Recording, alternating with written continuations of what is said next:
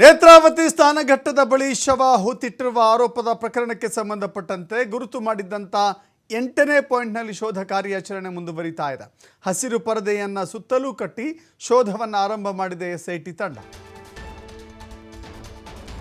8ನೇ ಪಾಯಿಂಟನ್ನು full cover ಮಾಡಲಾಗಿದೆ. ಹಸಿರು ಪರದೆಯನ್ನು ಕಟ್ಟುವ ಮೂಲಕ ಗೌಪ್ಯತೆಯನ್ನು ಕಾಪಾಡಲಾಗ್ತಾ ಇದೆ. 8ನೇ ಪಾಯಿಂಟ್ ಬಳಿ ದೂರುದಾರನನ್ನು ಕರೆದುಕೊಂಡು ಬಂದಿದೆ ಎಸ್ಐಟಿ. ಪಾಯಿಂಟ್ 8ರ ಸುತ್ತಲೂ ಕೂಡ ಪೊಲೀಸರು ಸರ್ಪಗಾವಲನ್ನು ಹಾಕಿದ್ದಾರೆ. ನೇತ್ರಾವತಿ ನದಿ ತಟದಲ್ಲಿರುವಂಥ 8ನೇ ಪಾಯಿಂಟ್ ಅದು. 7ನೇ ಪಾಯಿಂಟ್ನ 300 ಮೀಟರ್ ಅಂತರದಲ್ಲಿರುವಂಥ 8ನೇ ಪಾಯಿಂಟ್. 7ಕ್ಕೂ 8ಕ್ಕೂ ತುಂಬ ವ್ಯತ್ಯಾಸ ಇಲ್ಲ. 7ನೇ ಜಾಗದಿಂದ 8ನೇ ಜಾಗಕ್ಕೆ ತಲುಪಬೇಕು ಅಂತ ಹೇಳಿದ್ರೆ ಕೇವಲ 300 ಮೀಟರ್ ದೂರ ಇದೆ ಅಷ್ಟೇ. ಹೀಗಾಗಿ 8ನೇ ಪಾಯಿಂಟ್ನಲ್ಲಿ ಶೋಧ ಕಾರ್ಯವನ್ನು ಆರಂಭ ಮಾಡಿದ್ದಾರೆ. 7ನೇ ಪಾಯಿಂಟ್ನಲ್ಲಿ ಕೇವಲ ಒಂದು ಕರ್ಚೀಫ್ ಸಿಕ್ಕಿದೆ, ಅಷ್ಟು ಮಾತ್ರ ಸಿಕ್ಕಿದೆ. ಬೇರೆ ಯಾವುದೇ ರೀತಿಯ ಕುರುಹುಗಳು ಅಲ್ಲಿ ಪತ್ತೆಯಾಗಿಲ್ಲ, ಯಾವುದೇ ಸಾಕ್ಷ್ಯಗಳು ಅಲ್ಲಿ ಪತ್ತೆಯಾಗಿಲ್ಲ. ಮೂಳೆ ಆಗಲಿ ಮಾನವನ ಅವಶೇಷಗಳಾಗಲಿ ಪತ್ತೆಯಾಗಿಲ್ಲ. ಈಗ 8ನೇ ಪಾಯಿಂಟ್ನ ಹತ್ರ ಇದ್ದಾರೆ. ಇಲ್ಲಿಯೂ ಕೂಡ ಅಷ್ಟೇ 3 ಅಡಿ, ಅಲ್ಲಿನ ಕಾರ್ಮಿಕರು 3 ಅಡಿ ಅಗೀತಾರೆ.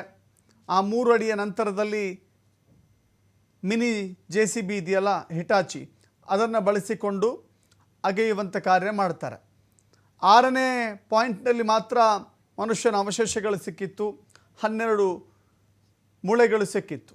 ಆದರೆ ಇದೀಗ 7ನೇ ಪಾಯಿಂಟ್ನಲ್ಲಿ ಏನೂ ಸಿಕ್ಕಿಲ್ಲ, ಕೇವಲ ಕರ್ಚೀಫ್ ಮಾತ್ರ ಸಿಕ್ಕಿದೆ.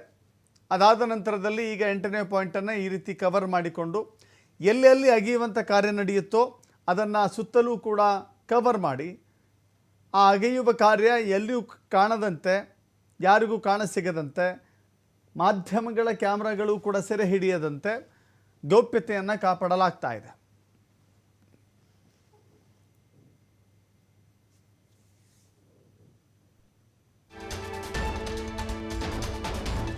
ನೇತ್ರಾವತಿ ತೀರದಲ್ಲಿ ಶವ ಹೂತಿಟ್ಟಿರುವ ಆರೋಪ ಪ್ರಕರಣದಲ್ಲಿ 7ನೇ ಪಾಯಿಂಟ್ನಲ್ಲಿ ಕರ್ಚೀಫ್ ಸಿಕ್ಕಿರುವ ಮಾಹಿತಿ ಇದೆ.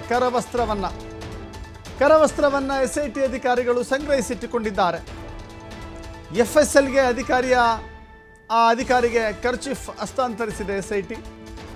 ಅಗೆಯುವಾಗ ಯಾವುದೇ ರೀತಿಯ ಅಸ್ಥಿಪಂಜರ, ಮೂಳೆ, ತಲೆಬುರುಡೆ ಸಿಕ್ಕಿಲ್ಲ. ಪಾಯಿಂಟ್ 7ರಲ್ಲಿ 5 ಅಡಿ ಅಗೆದರೂ ಕೂಡ ಕಳೆಬರ ಪತ್ತೆಯಾಗಿಲ್ಲ.